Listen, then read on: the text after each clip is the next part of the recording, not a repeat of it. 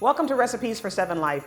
It is great weather outside and we're talking summer sweets. I'm so excited because my friend Kristen is here to help us make what, Kristen? We are making Melon Prosciutto Bites.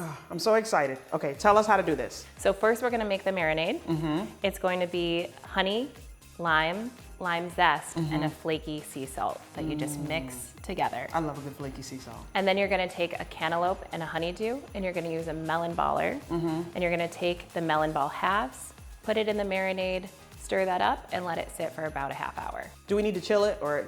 Yeah, you can put it in the fridge? refrigerator Okay. and just let it sit and soak in the honey and the salt. Yes, the goodness. Okay, what's next? I'm So getting then excited. we're going to assemble it and we're gonna add a salty prosciutto. So first we're gonna take our melon balls and we're gonna put them onto the skewer. We're gonna add a prosciutto, and then you can use either a Gorgonzola Dolce, which is nice and funky, or you can use a feta cheese.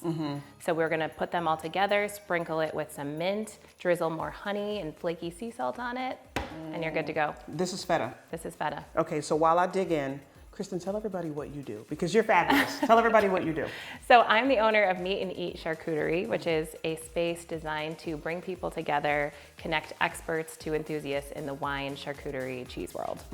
So we have a brick and mortar that's like a Chipotle or like a fast casual charcuterie spot with a wine bar, a market, and an academy for classes.